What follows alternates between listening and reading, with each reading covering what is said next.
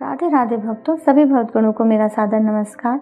आज मैं आपको पौष मास के महत्व तथा उसमें कौन सी महत्वपूर्ण तिथियां पड़ रही हैं और उसमें किस देवता का पूजन किया जाता है, इसके बारे में वर्णन करने जा रही हूँ। हिंदू कैलेंडर के मुताबिक, अर्थात जो हिंदू पंचांग रहता है उसके अनुसार साल का 10वां महीना पौष का होता है। मार्गशीर्ष माह की पूर्णिमा के बाद पौष का महीना शुरू हो जाएगा। बता दें, में हर माह किसी न किसी देवी देवता को समर्पित होता है। मार्गशीर्ष माह में जिस प्रकार श्री कृष्ण की पूजा का खास महत्व है, उसी प्रकार पौष का महीना सूर्य देव को समर्पित है। इस माह में सूर्य देव की उपासना का विशेष महत्व बताया गया है।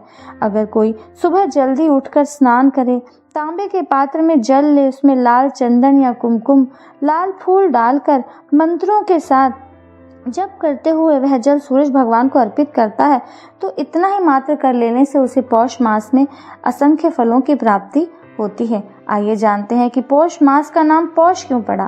पौष मास को यह नाम पुष्य नक्षत्र के कारण मिला है। पुष्य नक्षत्र हिंदू पंचांग की काल गणना में उपयोग आने वाले 27 नक्षत्रों में से 8वां नक्षत्र है। पौष मास को हिंदी में पूस माह कहकर भी पुकारा जाता है। पुष्य नक्षत्र को अंग्रेजी में कैंसर कैंस्टेलेशन कहते हैं।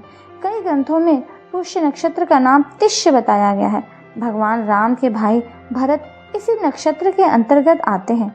आइए जान लेते हैं कि पौष महीने की महत्वपूर्ण तिथियां कौन सी हैं। विक्रम संवत के मार्गशीर्ष महीने की पूर्णिमा के बाद ही पौष मास आरंभ हो जाता है। हेमंत ऋतु के इस मास में ठंड बहुत अत्यधिक होती है। पौष मास की कुछ महत्वपूर्ण तिथियां हैं, जैसे कि एकादशी, कृष्ण पक्ष में आने वाली एकादशी, जिसे कि हम सफला एकादशी के नाम से जानते हैं। इस सफला एकादशी का वर्ण करने से, व्रत रखने से हमें किसी भी मुश्किल से मुश्किल कार्य में सफलता प्राप्त होती है। उसके बाद शुक्ल पक्ष की एकादशी तिथि आती है, जो कि पुत्रदा एकादशी के नाम से विख्यात है। पुत्रदा एकादशी का जो व्रत है वह संतान प्राप्ति के लिए किया जाता है। अगर किसी को पुत्र प्राप्ति की विशेष कामना है तो वह इस पुत्रदा एकादशी के व्रत से पुत्र प्राप्ति की इच्छा को पूरा कर सकता है। उसके बाद पौष पूर्णिमा।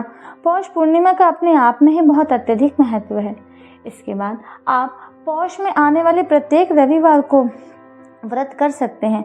पौष माह में सूर्य भगवान की उपासना का विशेष महत्व है, इसलिए प्रत्येक रविवार को उनके लिए व्रत करने का एक विशेष महत्व है। पौष मास में सूर्य की उपासना का विशेष महत्व माना गया है। शास्त्रों में ऐश्वर्य, धर्म, यश, ज्ञान और वैराग्य को भग कहा गया है और जो इनसे युक्त हो उन्हें भगवान माना गया है। मान्यता है कि सूर्य देवता के भग नाम से पौष माह में उनकी पूजा करने से पुण्य की प्राप्ति होती है। पौष माह में सूर्य अधिकतर समय धनु राशि में रहते हैं। धनु राशि के देवता बृहस्पति माने जाते हैं। मान्यता है कि इस समय देवगुरु बृहस्पति देवताओं सहित सभी मनुष्यों को धर्म और सत्कर्म का ज्ञान देते रहते हैं। लोग सांसारिक कार्यों की बजाय धर्म कर्म में रुचि लें, इसलिए सौर धनु मास को खर मास की संज्ञा दी जाती है। खर मास में सभी शादी, विवाह तथा मांगलिक कार्यों की अनुमति नहीं है। ऋषि मुनियों ने कहा है कि हालांकि विद्वानों का भी मानना है कि सांसारिक कार्यों को निषिद्ध करने के कारण ऋषि मुनियों का उद्देश्य सिर्फ यही था कि लोग कुछ समय धार्मिक कार्यों में रुचि लेकर आध्यात्मिक रूप से आत्मोन्नति करें। मान्यता है कि इस मास मांगलिक कार्य नहीं करने चाहिए, क्योंकि उनका शुभ फल नहीं मिलता है। पौष मास में सूर्य उपासना का क्या महत्व है, आइए इसे जानते हैं। पौष मास में भग नाम से सूर्य को ईश्वर का ही स्वरूप माना गया है।